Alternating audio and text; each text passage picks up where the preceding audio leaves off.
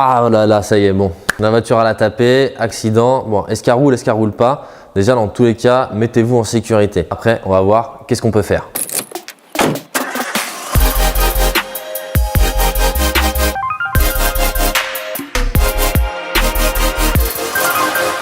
Bon, voilà, la voiture elle a cartonné. Si elle roule encore, enfin si vous voyez qu'elle est encore roulante, essayez de la mettre de façon à ne pas trop gêner les autres automobilistes. Si vous voyez qu'il y a du liquide qui coule par terre, que ça soit de l'eau, de l'huile ou quoi, là par contre, évitez de bouger la voiture parce que vous allez peut-être endommager encore plus la voiture. Donc là, on va faire appel à l'assistance. Si jamais il y a un incendie qui est en train de se déclarer dans la voiture, vous écartez du véhicule, ne vous inquiétez pas, la voiture ne va pas exploser. Elle va juste prendre feu et brûler jusqu'à temps qu'il n'y ait plus de voiture si jamais les pompiers sont pas arrivés à temps. Mais vous en inquiétez pas, elle va pas exploser. Vous n'êtes pas obligé de partir en courant. Éloignez-vous parce que ça va dégager énormément de chaleur. Essayez de mettre tout le monde en sécurité. Il n'y aura pas d'explosion. Les seules détonations que vous pouvez entendre, ça va être les pneus lorsqu'ils vont éclater avec la température et les flammes. Donc pas d'inquiétude, ça va pas vous projeter des bouts de métal à je ne sais combien de mètres. Ça va juste éclater le pneu et la voiture, vous allez voir, elle va faire paf, paf, paf. Enfin, voilà, rien de dangereux. S'il y a des blessés, vous allez peut-être pas pouvoir trop gérer la situation et que vous savez pas exactement où envoyer le véhicule. La dépanneuse va arriver, ils vont s'en occuper. Si par contre il n'y a pas de blessés, que vous êtes en totale possession de vos moyens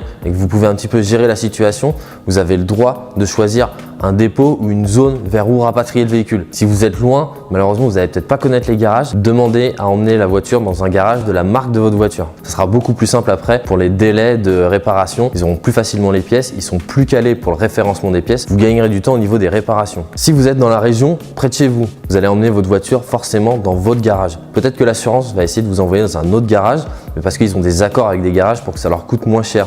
Vous en avez rien à faire. Vous allez payer une assurance, c'est pour avoir un service. Ils payeront les réparations, peu importe le garage. Donc choisissez toujours le garage que vous voulez. Vous êtes le seul décisionnaire. Ils n'ont pas le droit de vous imposer un garage. Tu sens le mec qui... Il se vénère sur la fin, genre. Vous savez peut-être pas forcément qui contacter du coup. Par contre, au niveau de l'assurance, souvent vous avez des numéros d'assistance sur vos cartes vertes, donc vos cartes d'assurance, vous pouvez les appeler. Après, vous avez aussi une solution. Si vous avez une voiture qui est assez récente, par exemple une Citroën, vous pouvez trouver sur votre téléphone un numéro d'assistance Citroën Service. Ils viendront gratuitement si vous faites entretenir le véhicule dans le réseau. Vous avez au moins déjà fait une intervention. Ils vont prendre le numéro de série de la voiture. Ils vont vous dire il n'y a pas de souci, on vous envoie une dépanneuse. C'est Citroën qui régale, tout simplement.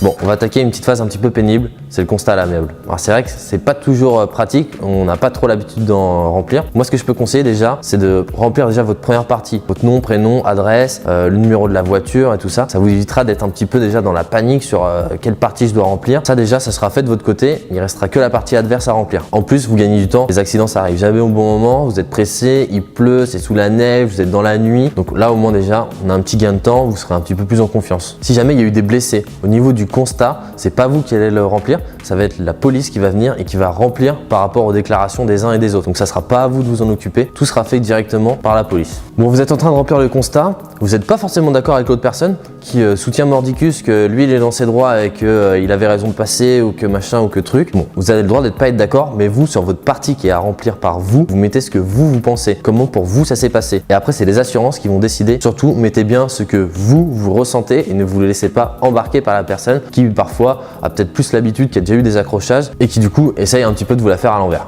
Si vraiment la personne n'est pas d'accord que vous mettiez ce que vous pensez, vous avez le droit de ne pas signer du coup le constat. Ça, c'est dans votre droit. Dernière petite astuce, n'hésitez pas à prendre des photos du lieu de l'accident, de comment ça s'est produit, de la route avant comment elle était, comment le carrefour s'est passé ou un petit peu après, la barrière de sécurité et ainsi de suite. Ça permettra, si jamais il y a un litige, que vous pourrez envoyer les photos et du coup, encore une fois, c'est l'assurance qui viendra décider pour vous qui avait raison, qui a eu tort, qui a eu le droit ou non de passer, comment ça s'est passé. Bon voilà, maintenant toute cette histoire de constat de voiture qui a dû partir au garagiste est terminée. Maintenant, c'est à vous. Vous allez devoir appeler votre assureur pour prendre rendez-vous en fait avec un expert. C'est lui qui va aller voir le véhicule dans le garage que vous avez décidé. Il va pouvoir décider de ce qu'il faut faire comme réparation. Alors, il va décider des réparations qui sont à faire que au niveau du choc. Vous pouvez pas dire j'ai eu un choc à l'avant.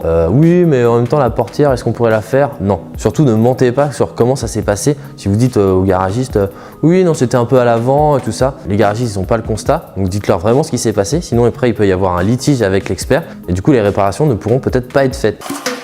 Voilà, l'expert est passé, il a déterminé un petit peu ce qui allait se passer sur le véhicule. Si le véhicule est économiquement réparable, le garagiste va effectuer les réparations. Vous n'aurez rien à payer ou une franchise si vous avez été en tort dans ce cas, mais vous ne paierez pas la globalité des réparations. Par contre, si le véhicule est économiquement irréparable, ça sera l'assurance qui va sûrement vous proposer une offre de rachat du véhicule, donc au prix de la valeur du marché. Ou alors vous pouvez aussi avoir la solution de garder ce véhicule. Ils vous donneront une certaine somme pour réparer le véhicule et c'est vous qui devrez compléter pour finir le montant des réparations si en fait le prix des réparations dépasse le prix du véhicule. Bon bah j'espère que vous n'aurez pas d'autres pépins sur la route. Bon, en tout cas je vous dis à bientôt sur Mécanique Auto. Surtout n'hésitez pas à mettre un petit commentaire, abonnez-vous à la chaîne et puis c'est tout.